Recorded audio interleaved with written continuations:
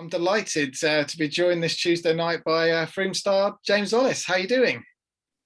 Yeah, I'm not too bad, thank you. And yourself? Yeah, very, very good. 3 points at the weekend. How did it feel? Yeah, it was a much needed 3 point. I think everyone knows that we've been on a more difficult run than obviously at the start of the season. We had an amazing run. But obviously there's always going to be a bit of a dip in form. And when you look at it, it's not, it's not a crisis or anything.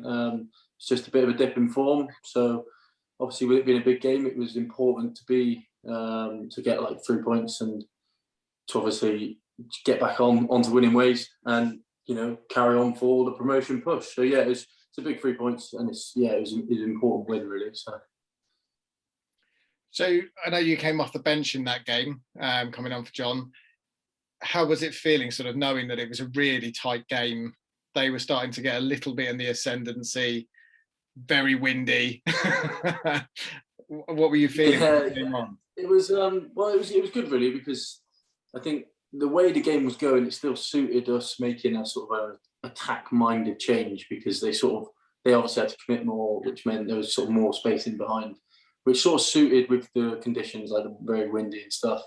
And I think even in the short sort of 10 minutes or so I was on, we sort of started to break and create chances on the break. And then obviously Jack getting sent off, I then moved to sort of wing back to obviously cover.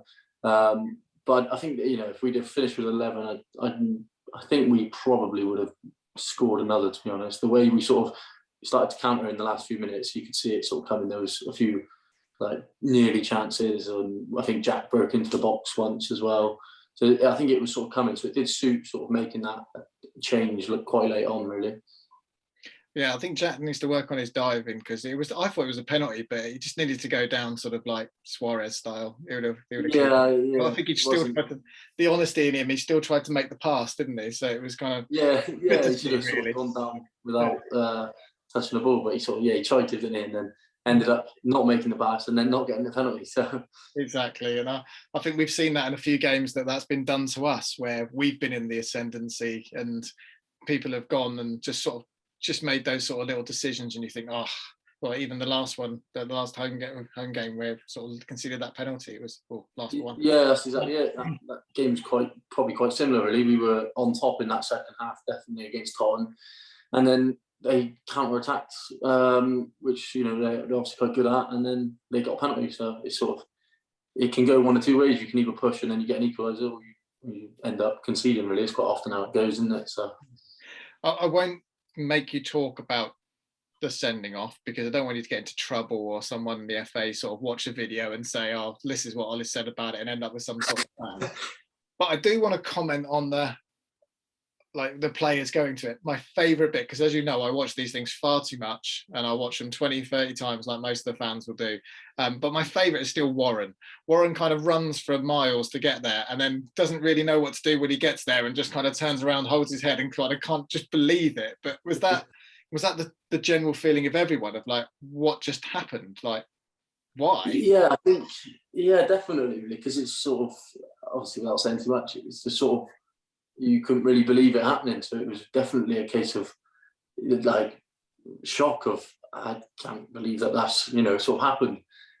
So maybe he's obviously ran there in protest, and then obviously once the referee's made a decision, he's never really going to overturn it, is he? So you sort of almost are in shock, and you just got to accept it. So I think we probably wasn't the only one thinking or feeling utter shock, really. So well, this goes sort of back to earlier in the season. I mean, last time we spoke, it was after the Melksham away game, which again, I watched that one back and remember talking about the fact that you got kicked lumps out of in that game, but you were fantastic.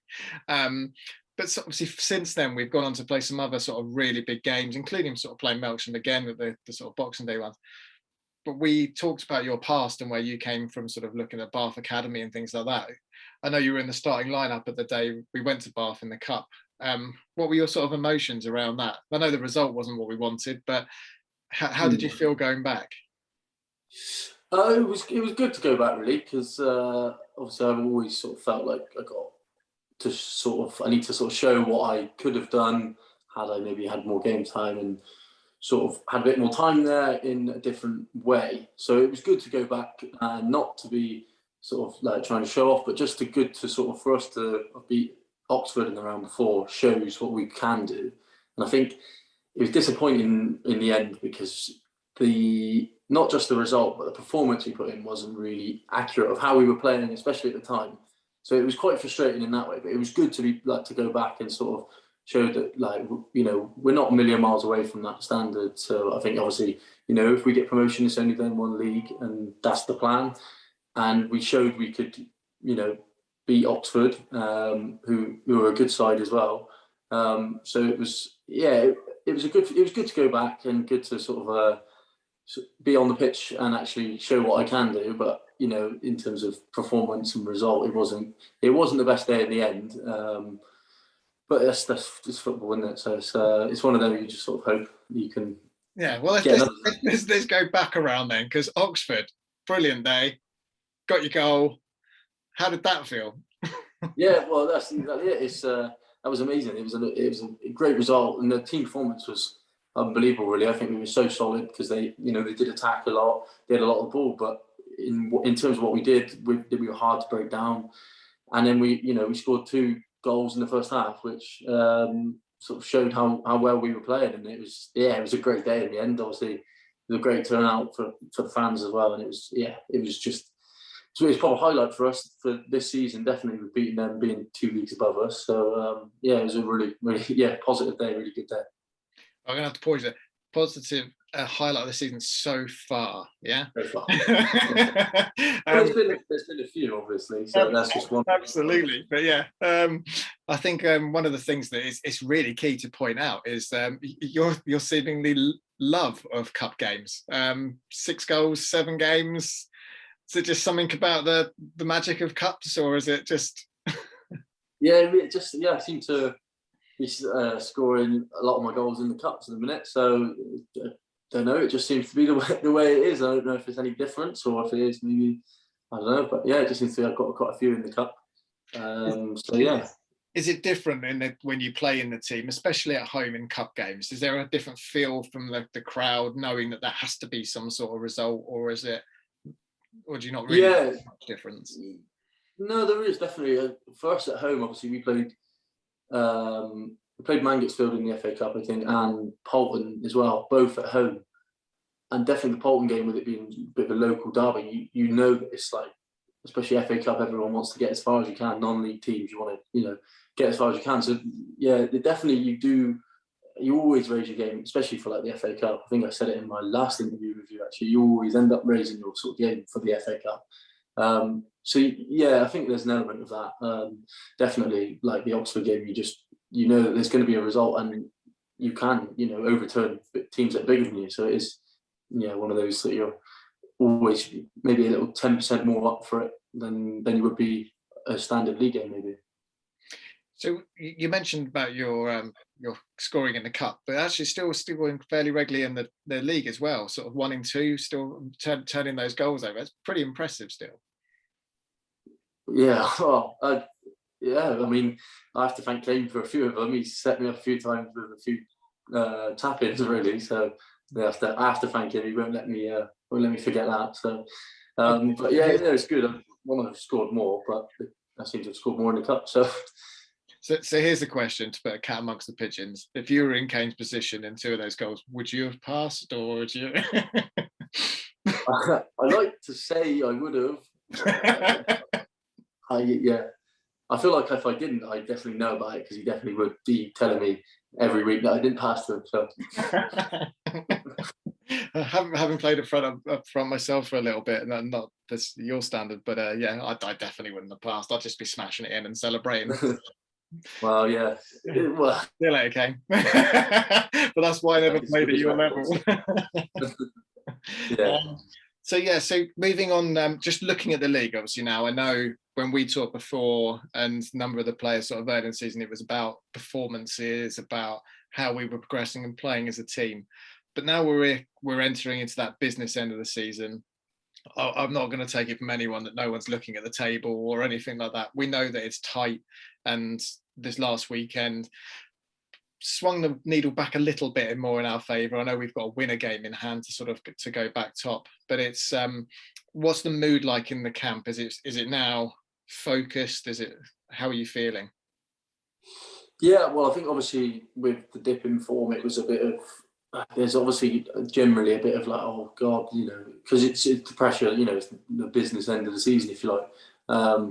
But now the mood's right back up there how it was, and I think the confidence has come right back, especially just off of that win off of Saturday. I think everyone's feels, it's there for us, and obviously results went our way. So, like I say, we've still got to win our game in hand, and we're not saying, we're going to go and do it, but definitely we're back feeling like, next game is another 3 points, keep getting the points and keep going for it. And, the confidence is right back up. So I think, hopefully we will be where we want to be come the end of the season. So. And again, since we last spoke, we've obviously made a few signings into the side as well with Mike and with Callum and people like that. How are they adding to the squad in your opinion? How does it feel? Is it adding more? Yeah, no, well, it was Bakes, especially obviously with Maps being out injured. Maps has obviously been a key player for us since, since I joined, he's been, our rocket at the back along with the others. But so Bakes is just slotted straight in, where Maps would be. And everyone knew Bakes was who he sort of was before, having played for Larkle before we all sort of played against him, and what he's about, and he is fitted right in. I think you could tell from his performances. He's been excellent since he's joined. He's been a rock at the back. So for him, it's been just straight in, and it's like he's been there, years really. And obviously, Cal's got a lot of experience behind him anyway, and he's technically a really good player. So he's come in not really maybe knowing as many people as Bakes probably did. So it's a little bit more getting used to everybody. But he's obviously come in now, and hopefully he'll be. I think he will be, a good asset to us and another option for us in the wide area. So with Mike Baker joining, we've got Larkhill still twice, because obviously that's the additional game. That's our extra game. I know we mentioned about sort of Melksham sort of giving you quite a tough time. Mike's got a bit of a reputation for that in terms of making sure he's solid and no nonsense. Are you glad that he swapped sides before you have to play those two? Yeah. Not gonna lie, yeah, because I've played against him before, and he, did what I expected really, and kicked me around a bit. So it's good to. It's always good to have him on your team as opposed to being against you. So, and just when I played against them before, him and they've got another centre back, Josh, as well. We've seen, they were always solid too. So it's definitely our game rather and their loss. So definitely going into that, it's better to have him on our side and not give him in. So I think sides will quickly work out though if they try to give you a bit of a kick round. You just play better. So well, yeah, it's normally sort of try and take it as a compliment, but you don't want to get hurt. No, absolutely. So this weekend, obviously, home again. Fingers crossed. We know there's storms predicted, but fingers crossed everything will be okay for this game. Is everyone sort of seeing it? Is it another chance to sort of get there? We've got 5 home league games. Is it going out? Got to be 3 points, or is it just?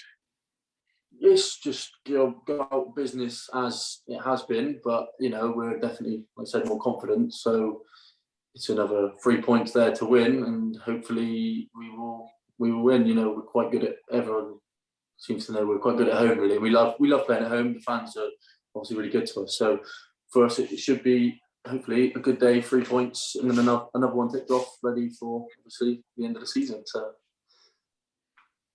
brilliant. Well, James, it's been absolutely lovely to speak to you this evening, and I wish you all the best for Saturday, and good luck for that one.